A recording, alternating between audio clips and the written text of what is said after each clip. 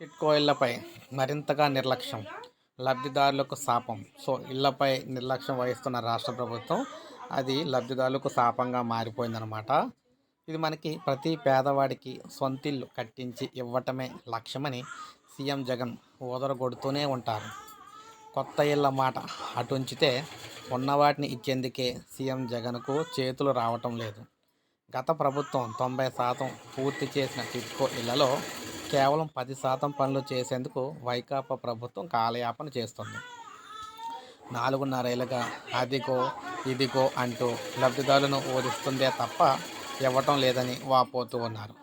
ఇప్పుడు చూసుకుంటే వర్షాలకు కావచ్చు, వరదలకు కావచ్చు, ఇవి మరింత దారుణంగా తయారయ్యి ఎందుకు పనికిరాని ఇళ్ళ తయారవుతున్నాయి.